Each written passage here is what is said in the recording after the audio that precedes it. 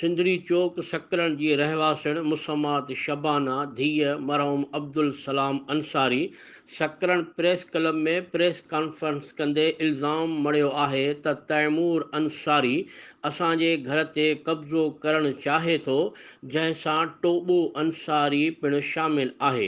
हिननि मुंहिंजी माउ ते तशद्दुद करे खेसि घरां ज़बरदस्ती कढी छॾियो आहे।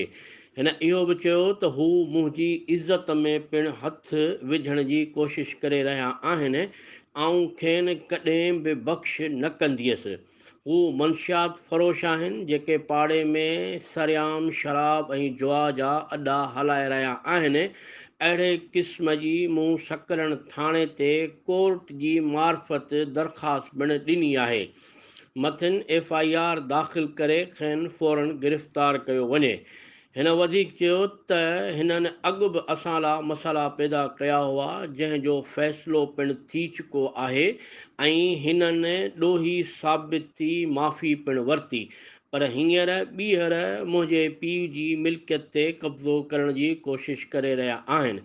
हिन वस वारनि खां मुतालबो कयो त तैमूर ऐं आफ़ताब खे गिरफ़्तार करे मूंसां इंसाफ़ कयो वञे।